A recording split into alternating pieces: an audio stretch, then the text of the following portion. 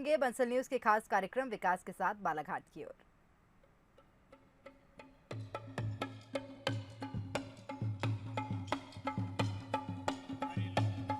अरे कलिया के से मीछानी भर मालो रे मोर कजरे कोली भर मालो रे।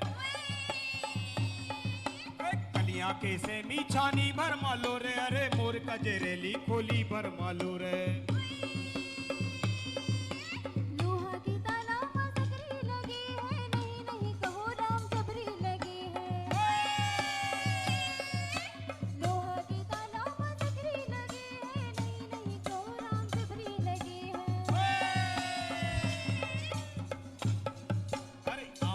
डारी माँ कहरा लगे हैं अरे नौखन के जोड़ीदार पैरा लगे। मामा की डारी में कहरा लगे हैं नौखन के जोड़ीदार पैरा लगे हैं। फूल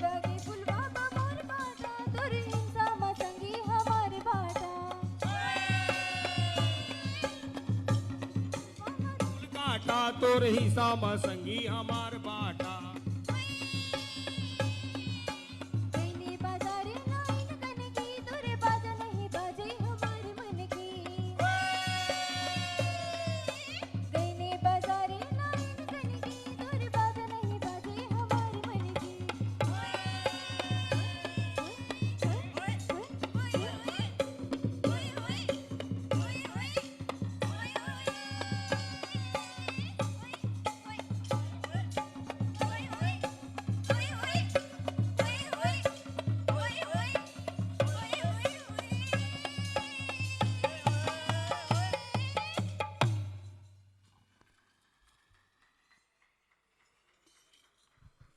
बहुत ही दिलकश, मनमोहक, आकर्षक प्रस्तुति।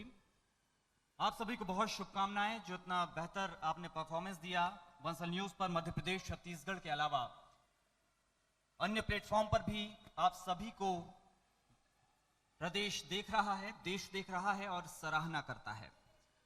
मैं चाहूंगा सेटिंग अरेंजमेंट यथावत कर दिया जाए।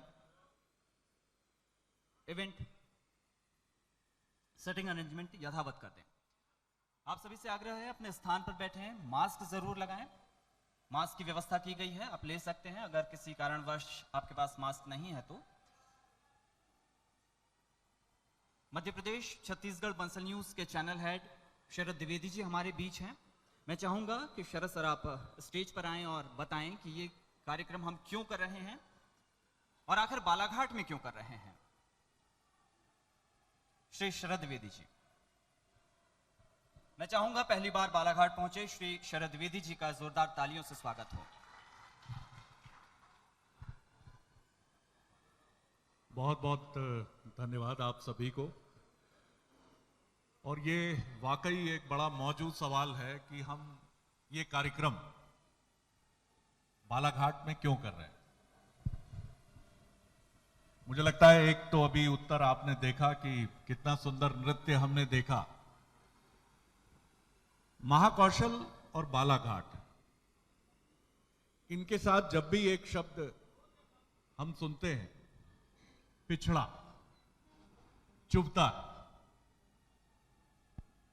क्योंकि हम मध्य प्रदेश के हैं और हमारे मध्य प्रदेश का कोई भी हिस्सा जिसके बारे में हमें यह सुनने को मिलता है कि ये अभी विकास की तरफ बढ़ रहा है, तो कहीं ना कहीं बात मन को चुभती है। हमने इस तरह की एक श्रृंखला शुरू की है मध्य प्रदेश छत्तीसगढ़ में। हम जगदलपुर थे 25 जनवरी को छत्तीसगढ़ में, वहां हमने विकास पर बात की। उसके बाद हम बघेलखंड पहुंचे जिसके साथ भी ये शब्द कई बार जुड़ता है, पिछड़ा। पिछड़ा होने की वजह क्या है, ये एक बड़ा सवाल है। और क्या इसके लिए सरकार, जनप्रतिनिधि क्या पूरी तरह ये जिम्मेदार है, या फिर वो जनता जो उस रीजन की है उसकी क्या भूमिका और क्या भागीदारी है। मैं मालवा रीजन को जब भी देखता हूं तो मैं ये पाता हूं कि वहां जो चीजें हैं वो भोपाल में भी नहीं है। शायद ये मिट्टी का और पानी का फर्क होता है, व्यापार का फर्क होता है, कनेक्टिविटी का फर्क होता है। शायद इंदौर में मिनी मुंबई उसको कहते थे और हुकुमचंद मिल और तमाम मिलों की एक श्रृंखला थी, कनेक्टिविटी थी, व्यापार था, इसलिए वो आगे बढ़ा। बिल्कुल ठीक बात है। लेकिन कोई भी शहर आगे बढ़े तो कैसे बढ़े, कोई जिला आगे बढ़े तो कैसे बढ़े। हमने रीवा में जो कार्यक्रम किया वहां यह बात सामने आई कि रीवा हो या भोपाल हो या फिर इलाहाबाद हो या लखनऊ हो, इन शहरों ने बेंगलुरु, हैदराबाद, नागपुर और पुणे की तरह अपने को अपडेट नहीं किया। क्यों हैदराबाद साइबराबाद हो गया और क्यों भोपाल या इंदौर में आज भी हम आईटी पार्क की बातें कर रहे हैं। मुझे लगता है विकास एक भूख है और ये भूख गौरीशंकर बिसेन जी में ही नहीं होनी चाहिए, ये आप सब जनप्रतिनिधियों में ही नहीं होनी चाहिए, प्रदीप जी में ही नहीं होनी चाहिए, हमारे माननीय परसवाड़ा के विधायक, पूर्व विधायक जो हैं उनमें ही नहीं होनी चाहिए, भगत जी में नहीं होनी चाहिए। ये क्या जनता में है? आप जो बालाघाट की जनता हैं और जो देख रहे हैं ये कार्यक्रम इस समय अपने टेलीविजन पर, आप खुद से पूछिए आपकी क्या भूमिका है बालाघाट के विकास में। मेरे एक मित्र जो नेशनल स्कूल ऑफ ड्रामा में रहे और इस समय मुंबई में एड फिल्म्स बनाते हैं, उन्होंने एक बड़ा दिलचस्प किस्सा मुझे बताया। उन्होंने कहा वो पहली बार अमिताभ बच्चन साहब को एक विज्ञापन फिल्म में शूट कर रहे थे, तो बड़े घबराए हुए थे। अमिताभ बच्चन एक बहुत बड़े कलाकार हैं। उन्होंने अनुशासन की बात की। उन्होंने कहा शरद जी, मैं हतप्रभ था कि 6:30 शूट का टाइम था तो अमिताभ बच्चन करीब 5:30 बजे सेट पर आ गए, 1 घंटा पहले, जबकि एक नया लड़का उनको शूट कर रहा है, मतलब शूट से मतलब विज्ञापन फिल्म उनकी शूट कर रहा है। वो आकर बैठ गए, सारी तैयारियां हो गई। उन्होंने कहा शरद जी, मुंबई में एक थोड़ी सी हमारी गंदी आदत हमें लग जाती है टेंशन की वजह से कि हम गाली बड़ी फ्रीक्वेंटली हमारे मुंह से निकलने लगती है। मैं घबराया हुआ तो था, बार बार पसीना पसीना हो रहा था। और जैसे ही हम कैमरा रोल स्टार्ट हमने किया, उसी समय किसी का मोबाइल जोर से बजा। मेरे मुंह से एक बड़ी खराब सी गाली निकली। गाली तो खराब होती ही है, क्या अच्छी होगी गाली। एक बड़ी तेज गाली मेरे मुंह से निकली कि बोला था कि बंद करो, किसका मोबाइल है। ये अमिताभ बच्चन साहब की आवाज गूंजी अंधेरे में कि माफ कीजिएगा भाई साहब, ये मेरा मोबाइल था। मुझे तो काटो तो खून नहीं है। मैं दौड़ के पहुंचा, सर मुझे माफ कर दीजिए। मुझे लगा ये उठ के अब चले जाएंगे। गाली सुनने के बाद अमिताभ बच्चन वहां ना सिर्फ बैठे रहे, बल्कि उन्होंने कहा नहीं नहीं, आप उत्तेजित मत हुआ करिए, ये जीवन के लिए ठीक नहीं है। आपका रक्तचाप बढ़ेगा तो इससे आपको समस्या होगी। बाकी मैंने काम तो गाली खाने लायक किया था, लेकिन गाली मत दिया करिए। ये बताता है कि काम को लेकर आज वो आदमी 80 साल का है, लेकिन उसके पास काम की कमी नहीं है। क्यों नहीं है? एक जवाब है। इंदौर में जब मैंने नौकरी की एक अखबार में, तो मैंने देखा उस शहर के लोग, आपसे पहले दिन परिचय होता है और उसके बाद मालवी अंदाज में आपसे कहते हैं शरद भैया खाने पे आओ यार आप। मैं सोचता था भोपाल में तो किसी ने नहीं बुलाया, चाय पर भी नहीं बुलाते, और ये अजीब शहर है। पहले ही दिन बोले हाँ भैया खिचड़ी खिलाएंगे, लेकिन बहुत बढ़िया खिलाएंगे, आपको आना पड़ेगा। ये फितरत है शहर की। जैसे एक सेल्समैन होता है, आप उससे देखते जाइए, खासतौर से महिलाएं हैं हमारे साथ, साड़ियां देखती रहती हैं वो, लेकिन वो आदमी निराश नहीं होता। हाँ मैडम कोई इशू नहीं है, वो ग्रीन आ जाएगा, वो आपको तोतिया ग्रीन चाहिए ना, मिल जाएगा। इंदौर में या मालवा में वो फितरत है, क्या बालाघाट में नहीं हो सकती? क्या हमारे राजनेता अपनी चीजें बेच नहीं सकते? दरअसल मुझे लगता है कि सच्चे और ईमानदार लोग संकोची होते हैं। बिसेन साहब भी सहमत होंगे, भगत साहब भी और प्रदीप भैया भी। मैं आप लोगों से मिलता हूं तो मुझे लगता है सारी काबिलियत है,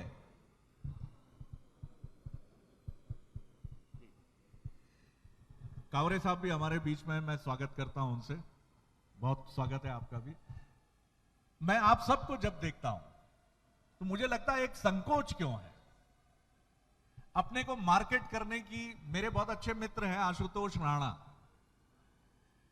जब वो मुंबई गए, हम लोग जब सहपाठी थे सागर में, वो भी थे, मैं भी था, मैंने पत्रकारिता सागर से की, तो मैं उनको देखता था कि वो हिंदी मुंबई में भी बोलते थे। माननीय, मैं प्रणाम कर रहा हूं आपको, आपके उत्कर्ष और उन्नयन के लिए मैं हृदय से प्रार्थना करता हूं। मैंने कहा भैया तुम्हारी ये हिंदी कोई समझता भी है?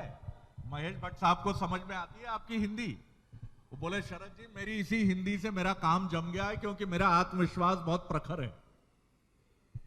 मुझे लगता है सर आप सबको सेल्समैन होना पड़ेगा। आपको बालाघाट को बेचने की बात नहीं कर रहा हूं मैं, आपको बालाघाट को लेकिन मार्केट करना होगा। चाहे भगत जी आए, चाहे हमारे कावरे साहब आए, बिसेन साहब हो, प्रदीप जी हो, जितने माननीय जनप्रतिनिधि हैं, चाहे वो मुख्यमंत्री के सामने आए, नेता प्रतिपक्ष के सामने आए, दिल्ली जाएं, मोदी जी के सामने जाएं, केंद्रीय मंत्रियों से मिलें, आपकी क्या तैयारी है यह आपको देखना चाहिए। कोई मना नहीं करता हर अच्छी चीज के लिए।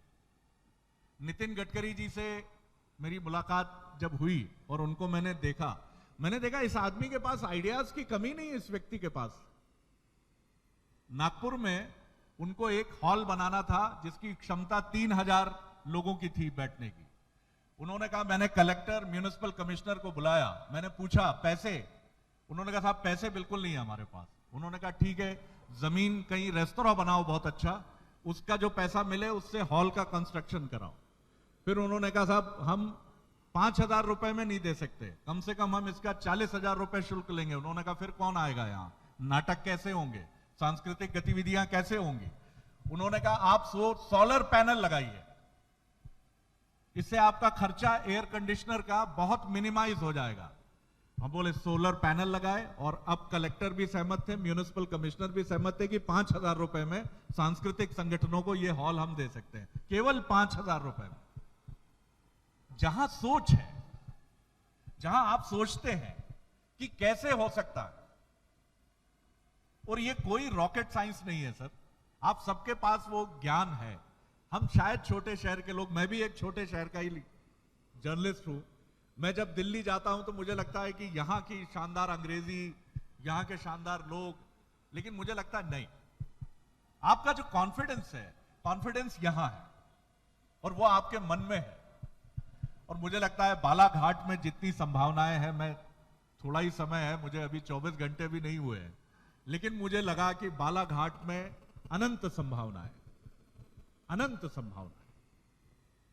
इस शहर के लिए दलगत राजनीति से ऊपर उठकर आप सभी को आगे आना है, और वो आपके भीतर वो जज्बा है। मैं अक्सर याद करता हूं कि कैलाश विजयवर्गीय जी जब महापौर थे तो उनको तत्कालीन मुख्यमंत्री दिग्विजय सिंह का कितना सपोर्ट मिला। ये इंदौर में है सर चीज, मैं बार बार इंदौर का जिक्र इसलिए करता हूं। कांग्रेस बीजेपी या दलगत राजनीति में उलझकर इंदौर का, भोपाल का, बालाघाट का नुकसान नहीं होना चाहिए। आप सब सहमत होंगे, और आज के इस कार्यक्रम की संकल्पना भी यही है। एक बड़ा अच्छा गुलजार साहब का लिखा हुआ गीत है, नाम गुम जाएगा चेहरा ये बदल जाएगा। आवाज की जगह मैं आपके लिए कह रहा हूं, मेरे लिए भी विनम्रता से कह लीजिए पत्रकारिता में, मेरा काम ही मेरी पहचान है। हम एक दिन नहीं रहेंगे, हम कितने भी तुर्रम खां क्यों ना हो, नहीं रहते एक दिन, आए हैं सो जाएंगे, राजा रंग फकीर। लेकिन आपका काम गूंजेगा, आपका काम रहेगा बालाघाट में, महाकौशल रीजन में। कई बार हमें अपने न रहने की भी कल्पना करके सोचना चाहिए कि मेरे न रहने पर भी मेरा नाम विनम्रता से लोग कैसे याद रखें। तो मुझे लगता है ये संकल्पना हमारे भीतर आनी चाहिए। हरिवंश राय बच्चन की जब मैं आत्मकथा पढ़ रहा था, उसमें एक ब्रिटिश कवि की एक बड़ी सुंदर कविता थी कि मैंने पेड़ पर बैठे एक बूढ़े प्रेत से कहा कि मैंने शहर की सबसे बड़ी कॉलोनी में सबसे बड़ा बंगला बनवाया, मैंने खूब धन कमाया, मैंने खूब शोहरत कमाई।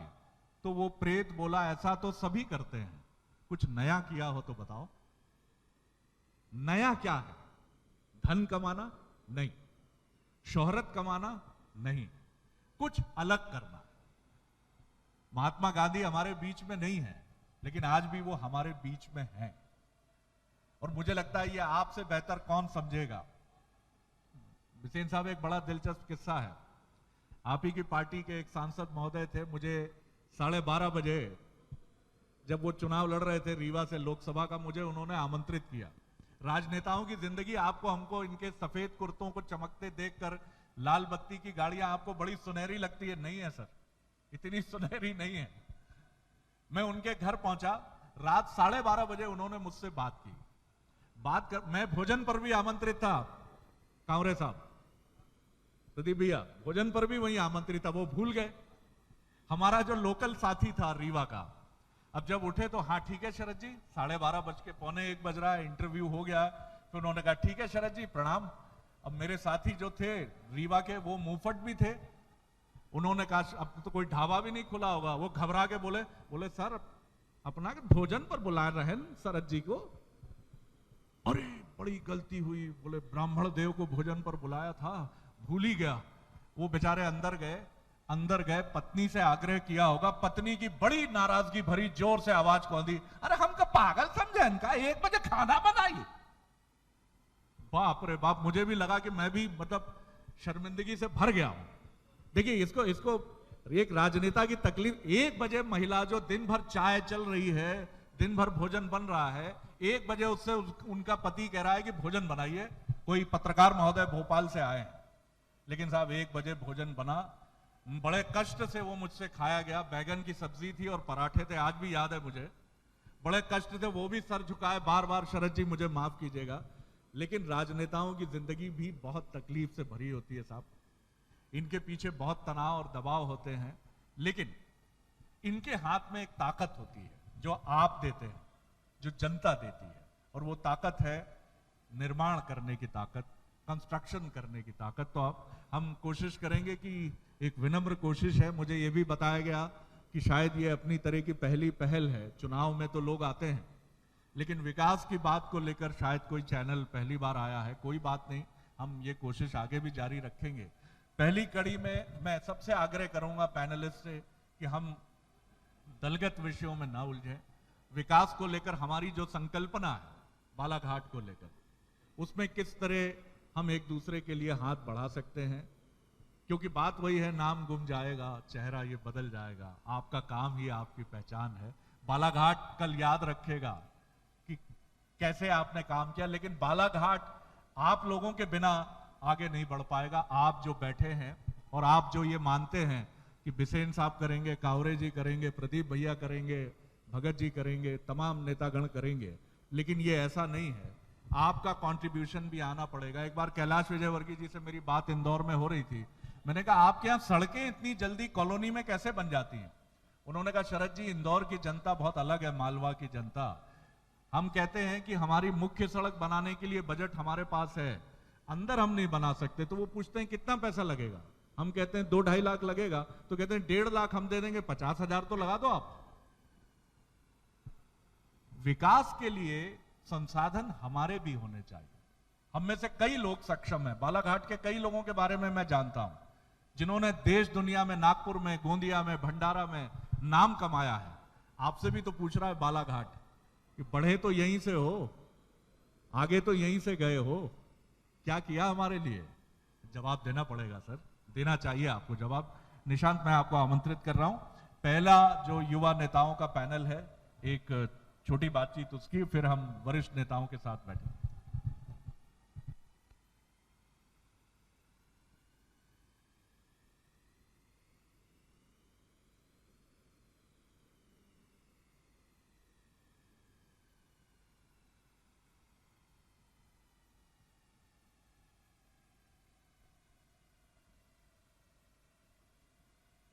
मैं एक बार फिर हमारे सभी अतिथियों का स्वागत करता हूं। माननीय श्री रामकिशोर कावरे जी, श्री प्रदीप जायसवाल जी, श्री गौरीशंकर बिसेन जी, श्री रमेश भटेरे जी, श्री मधु भगत जी, श्री दिवाकर सिंह जी, श्री गौरव पारधी जी, श्री विशाल बिसेन जी, श्री राजा सोनी जी, श्रीमती भारती पारधी जी, हम आपका स्वागत करते हैं। हम स्वागत करते हैं श्री दीपक आर्य साहब का, श्री अभिषेक तिवारी साहब का, श्री फ्रैंक नोबेल साहब का।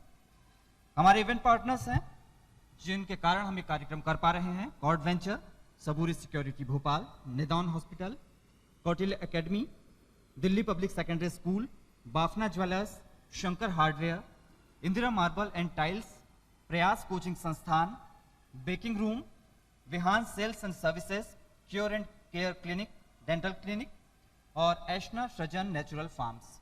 आप सभी के सहयोग के लिए बहुत बहुत आभार। किसी तरह की बहुत रस्म अदायगी न करते हुए हम अपने राजनीतिक अतिथियों को आमंत्रित करेंगे, लेकिन चूंकि हमारी कोशिश अलहदा है तो उसकी शुरुआत भी अलहदा होगी। हम सबसे पहले हमारी रीढ़, हमारे पूरे तंत्र की यानी ब्यूरोक्रेसी के हमारे अधिकारीगण, सम्मानीय श्री दीपक आर्य साहब, सम्मानीय श्री अभिषेक तिवारी साहब और फ्रैंक नोबेल साहब को आमंत्रित करेंगे। आप आए, आपके साथ शरद द्विवेदी जी चर्चा करेंगे।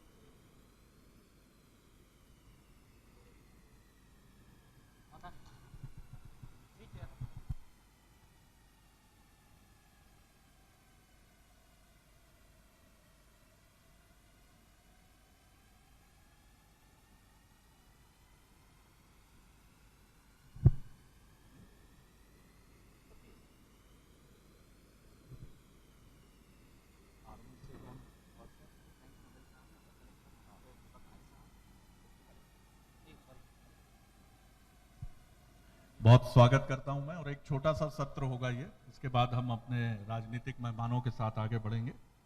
हमारे साथ हैं श्री दीपक आर्य जी, कलेक्टर बालाघाट, मैं बहुत स्वागत करता हूं। श्री अभिषेक तिवारी जी हैं, एसपी बालाघाट, और श्री फ्रैंक नोबेल हैं, एडीएम बालाघाट, आपका भी मैं स्वागत करता हूं। सर, पहले मैं दीपक जी की तरफ आता हूं। माइक्रोफोन जी। आप वो चेहरा है, आप तीनों, जो सोचा जाता है पॉलिटी की तरफ से, उसको जमीन पर लाने का जो काम है वो आपका काम है। ये 5 साल की गवर्नमेंट है, आप परमानेंट गवर्नमेंट है, और सबसे बड़ी चीज है कि आप अपने को पीछे रखते हैं, आपका चेहरा पीछे रखता है। किस तरह से आप देखते हैं, मैं पहले बालाघाट पर आता हूं, किस तरह से आपने देखा, आप तीनों युवा अधिकारी हैं, बालाघाट विकास की तरफ, मुझे लगता है कि हम बढ़ रहे हैं उस तरफ। आज मैं जिस बालाघाट को देख रहा हूं, मुझे लगता है कि ये बहुत तेजी से आगे बढ़ने वाला जिला है और बहुत तेजी से आगे बढ़ेगा। पहले तो इसी पर आपका एक रिएक्शन। धन्यवाद शरद जी, और धन्यवाद बंसल न्यूज़ चैनल जिन्होंने हमें अवसर दिया। बालाघाट के बारे में जो आपने बोला और जो ब्यूरोक्रेसी के बारे में आपने बोला, सबसे पहले मैं यही बताना चाहूँगा कि जैसा आपने बोला कि बैग की पीछे रहकर हमें काम करना है, तो ये बिल्कुल सही बात है। हमारा कार्य यही है कि जो शासन की जो नीतियाँ हैं, जो शासन के निर्देश हैं, उनका यथावत पालन, जैसी शासन की मंशा है उस प्रकार से उसका पालन करना, ये हम लोगों का कार्य है। बालाघाट के बारे में जैसा आप बोल रहे हैं कि अपार संभावनाएं हैं, ये बिल्कुल सही बात है कि पिछड़ा जो शब्द इस्तेमाल हम लोग करते हैं, पिछड़े के अंदर जो ज़्यादा छपा हुआ है वो अपार संभावनाएं जो ज़्यादा छिपी हुई हैं। अर्थव्यवस्था के किसी भी सेक्टर को देखें, प्राइमरी, टर्सरी या सेकेंडरी, तो प्राइमरी सेक्टर में हम लोगों के पास वो है जो शायद मध्य प्रदेश में अनूठा है। एक जिला है जो धान का उत्पादन ग्रीष्म ऋतु में भी करता है, धान का उत्पादन मतलब रबी में भी करता है, धान का उत्पादन खरीफ में भी करता है। तो ये अपने आप में एक पोटेंशियल है कि हम जो दूसरा वाला धान है उसको किस तरीके से इस्तेमाल कर पाएँ। चावल की जो वैरायटीज़, एक्जोटिक वैरायटीज़ धान की जो बालाघाट में हैं, वो शायद मध्य प्रदेश से किसी ज़िले में नहीं, बाकी ज़िलों में भी हैं, लेकिन मध्य प्रदेश में कुछ, बालाघाट में कुछ विशेष है जिसको कि आगे ले जाया जा सकता है और बहुत आगे ले जाया जा सकता है। दूसरा जो महत्वपूर्ण है वो है वनोपज, जो यहाँ प्रचुर मात्रा में उपलब्ध हैं। बालाघाट का बांस जो प्रचुर मात्रा में उपलब्ध है। अब अभी तक ये है कि अभी तक उन पे मतलब एक्सप्लोरेशन में थोड़ा सा पीछे हम लोग रह गए हैं, लेकिन चूंकि ये जैसा है कि कुछ संपत्तियां जो बची रह जाती हैं बाद में बहुत बेशकीमती हो जाती हैं, वही बालाघाट के लिए मैं कहना चाहूँगा कि ये संपत्तियां आगे बढ़ेंगी। उसके बाद जो दूसरी चीज़ें आती हैं वह खनिज संपदा, अपार संभावनाएं, मैग्नीज है, कॉपर है, ये मुख्य खनिज हैं। साथ में गौड़ खनिज, जो हमारी सदाबाहिनी नदियां हैं उनसे जो रेत निकाला जाता है, और अन्य जो संभावनाएं हैं उसमें अन्य गौण खनिजों की संभावनाएं बालाघाट जिले में बहुत हैं। बात हम लोग जाएंगे सेकेंडरी सेक्टर में, तो जब ये चीज़ें हमारे पास हैं तो प्रोसेसिंग की संभावनाएं भी हमारे पास उतनी ही ज़्यादा है। जब हम लोग इनको प्रोसेस कर पाएंगे, जब हम लोग इनको इकोनॉमी में इसको अच्छे से इस्तेमाल कर पाएंगे, तो ये बालाघाट के विकास के लिए कार्य होगा। और जो सबसे महत्वपूर्ण है, जो अच्छी बात बालाघाट जिले में है, वो है यहाँ का ह्यूमन रिसोर्स। सदैव उन्नति की ओर अग्रसर, सदैव सीखने वाले और शिक्षा दीक्षा में आगे रहने वाला ये जिला। कुछ और एक्सपोजर थोड़ा सा मिलेगा तो बच्चे यहाँ के अभी अगर आप देखेंगे तो इंजीनियरिंग में, पॉलिटेक्निक के स्तर पर और दूसरा माइनिंग में, ये जो दो विधाएं ऐसी हैं इनमें बालाघाट का प्रतिनिधित्व तो आपको मिलेगा। किसी भी जिला पंचायत में आप जाएंगे या किसी भी माइनिंग अधिकारी, ज़्यादातर माइनिंग ऑफिसर्स, कई सारे माइनिंग ऑफिसर्स ऐसे हैं जो बालाघाट जिले के पड़े हुए हैं। ये एक बड़ी संभावना है।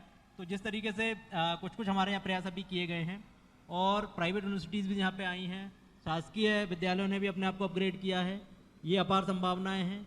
दूसरा जो एक कल्चरल जो फैक्टर होता है, अन्य जिलों में कई बार ये देखने में आता है कि जेंडर बेस्ड डिस्क्रिमिनेशन होता है। बालाघाट जिले में बड़ा अच्छा बात ये, तो एक तो बड़ा अच्छा है कि पॉजिटिव सेक्स रेशियो यहाँ पर है, महिलाओं के प्रति संवेदनशीलता यहाँ पर है और महिलाओं को समुचित अवसर यहाँ प्रदान किया जाता है। ये बालाघाट जिले के लिए बहुत बड़ी बात है, बड़ा पोटेंशियल बाद में होगा और बालाघाट जिले को आगे ले जाएगा। मैं बस अपनी बात को इसी के साथ विराम दूंगा। मैं यही कहूँगा कि बालाघाट अपार संभावनाओं का जिला है और अगले कुछ वर्षों में बालाघाट मध्य प्रदेश के अग्रणी जिलों में से होगा। जितना बाकी जिले विकसित होंगे, जिन बाकी जिलों की आप बात कर रहे थे, इंदौर और वो सब में सोशल कल्चर जो पहले था, जो सोशल कल्चर ने उनको डेवलप किया, वह सोशल कल्चर बालाघाट में भी है और धीमे धीमे विकसित होता जा रहा है। बिल्कुल, धन्यवाद। मुझे लगता है काफी प्रिसाइसली आपने कहा। मैं सर, जब दीपक जी, हमने जब जगदलपुर में कार्यक्रम किया तो मुझे ये बताया गया कि वहां की एक महिला है, नाम है उनका रजिया। उन्होंने महुआ के लड्डू बनाने शुरू किए और इतने पॉपुलर हुए ये कि अमेजन और दूसरी वेबसाइट्स पे उनकी एडवांस बुकिंग चलती है। और मजा तब आया जब सैन फ्रांसिस्को में, अमेरिका में, एक छत्तीसगढ़ी व्यक्ति ने, जो वहां अपना काम करते हैं, उन्होंने 450 रुपए का वो लड्डू खरीदा और कहा मुझे बस्तर मेरे जहन में महक गया। अगर यहां बांस का काम है तो यहां युवा भी हैं, बांस से बहुत कुछ हो सकता है, कलाकृतियां बन सकती हैं, फर्नीचर है, तमाम चीजें हैं। कोई इनिशिएटिव ले, सामने आए और यहां के बांस को पूरी दुनिया में पहुंचाए। कांवरे साहब, बिसेन साहब, प्रदीप भैया, भगत जी, आप लोग जब पहुंचे, आप तीनों अधिकारी भी कभी अमेरिका जाएं या कहीं भी जाएं और आपको पता चले कि साहब ये बालाघाट के बस्तर का है सर, जिसमें आप ये देख रहे हैं सामने फर्नीचर जो है, ये इनिशिएटिव्स होने चाहिए, ये चीजें होनी चाहिए। मैं एसपी साहब की एक छोटी रिएक्शन लेता हूं। मैं समझता हूं ये पर्दे के पीछे के कलाकार हैं, मंच के सामने बहुत संकोच होता है और आप तीनों के चेहरे पे वो संकोच हम देख रहे हैं। लेकिन बस एक छोटा सा सवाल, मुझे लगता है नोबेल साहब की तो पूरी बात अभिषेक जी ने कही दी है, लेकिन फिर भी संक्षेप में वो जो अगर कुछ कहना चाहेंगे तो मैं वेलकम करूंगा। अभिषेक जी, आप किस तरह देखते हैं? बहुत शांति प्रिय जिला भी है, हालांकि लाल कॉरिडोर में बस्तर से लेकर जो नेपाल और बाहर तक जाता है ये है और घटनाएं जरूर हुई हैं, लेकिन फिर भी आप देखते हैं, मुझे लगता है कि बहुत शांति प्रिय जगह भी है और आप लोगों की मुस्तैदी हमें आश्वस्त भी करती है कि हम निश्चिंत रहें। जी बिल्कुल ठीक कहा आपने। और यदि हम दूसरे जिलों से या दूसरे क्षेत्र के क्राइम प्रोफाइल से यदि कंपेयर करें तो पुलिसिंग पॉइंट ऑफ व्यू से यदि देखा जाए तो काफ़ी शांति प्रिय लोग हैं, अपने काम से काम रखना पसंद करते हैं, क्राइम प्रोफाइल भी उस तरह का नहीं है। परंतु साथ ही साथ ये बात भी मैं बताऊं कि बालाघाट एक ऐसा ज़िला है, एक ऐसा जगह है जहां पर जो विकास, जो आज का हमारा टॉपिक है, उसमें पुलिस और प्रशासन को एक साथ कार्य करने का सबसे ज़्यादा मौका मिलता है। मुझे लगता है कि बाकी अन्य ज़िलों में भी एक पॉइंट तो हमेशा बना हुआ है कि लॉ एंड ऑर्डर जब किसी भी अर्थव्यवस्था, किसी भी सामाजिक व्यवस्था को सुचारू रूप से चलाने के लिए, उसको आगे बढ़ाने के लिए बहुत ही ज़रूरी एक अभिन्न अंग है। और उसका सबसे ज़्यादा आप आस्पेक्ट बालाघाट में देखेंगे कि जैसा आज सुबह ही हम तीनों ही अधिकारी चर्चा कर रहे थे कि जो हमारी बेसिक रिक्वायरमेंट हैं जो बालाघाट ज़िले की हैं, जो हमारा ग्रामीण अंचल है, सुदूर क्षेत्र है, उसमें कनेक्टिविटी यदि हम टारगेट करना चाहें तो रोड कनेक्टिविटी हो गई, इलेक्ट्रिसिटी कनेक्टिविटी हो गई और अन्य जो सुविधाएं हम शासन प्रशासन की वहाँ तक पहुँचाना चाहते हैं, तो एक यदि उसी चीज़ को लेकर हम कार्य करें तो उसमें पुलिस को भी सबसे ज़्यादा विकास के कार्यों में जो अवसर मिलता है कार्य करने का, वो बालाघाट ही ऐसा वो ज़िला है जहाँ पे शासन प्रशासन के साथ पुलिस विभाग भी विकास के कार्यों में सहयोग दे सकता है। और एक अन्य एक मुद्दा जो बालाघाट का नाम आते ही जहन में आता है, खासकर जब पुलिस से संबंधित जो रखता है कि जैसे नक्सल गतिविधियां हैं जो कि उस क्षेत्र में विकास के कार्यों को प्रभावित करती हैं, परंतु जो लगातार यहाँ पर हमारा जिला पुलिस बल है, मध्य प्रदेश पुलिस का हॉक फोर्स है, सीआरपीएफ जो सेंट्रल पुलिस फोर्स है, वो लगातार उनकी कार्रवाइयों के साथ साथ, और हमारा मुख्य उद्देश्य एक बेसिक फोकस ये रहता है कि जो हमारे विकास के कार्य हैं वो प्रभावित ना हो। और उसका एक दूसरा डायमेंशन ये भी है कि हम देखते हैं कि जो हमारे कम्युनिटी पुलिसिंग है, जिससे कि हम यहाँ पर जो हमारे बालाघाट ज़िले के निवासी हैं उन तक पहुँचते हैं, उन तक शासन प्रशासन की योजनाओं का लाभ पहुँचाते हैं, उनके बारे में जानकारी पहुँचाते हैं। तो ये एक मध्य प्रदेश शासन का ये एक अचीवमेंट है कि पिछले 10-15 सालों में बालाघाट ज़िले से कोई भी नया नक्सली नहीं भर्ती हुआ, जिसको एक नक्सल रिक्रूटमेंट कहते हैं।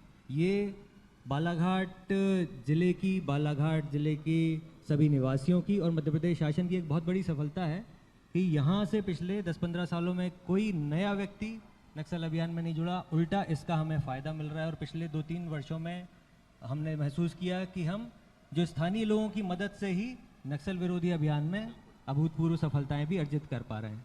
तो इन्हीं सभी चीज़ों के धरातल पे, इन्हीं सभी चीज़ों के फाउंडेशन पे ही विकास की जो नींव रखी जाएगी। और मुझे पूरी उम्मीद है कि जैसा सभी लोग जिस विचारधारा से यहाँ काम कर रहे हैं, तो जल्द ही, जैसा कलेक्टर साहब ने भी कहा, जैसा सभी लोगों की मंशा भी है कि विकास के मार्ग पे ये ज़िला प्रशस्त है।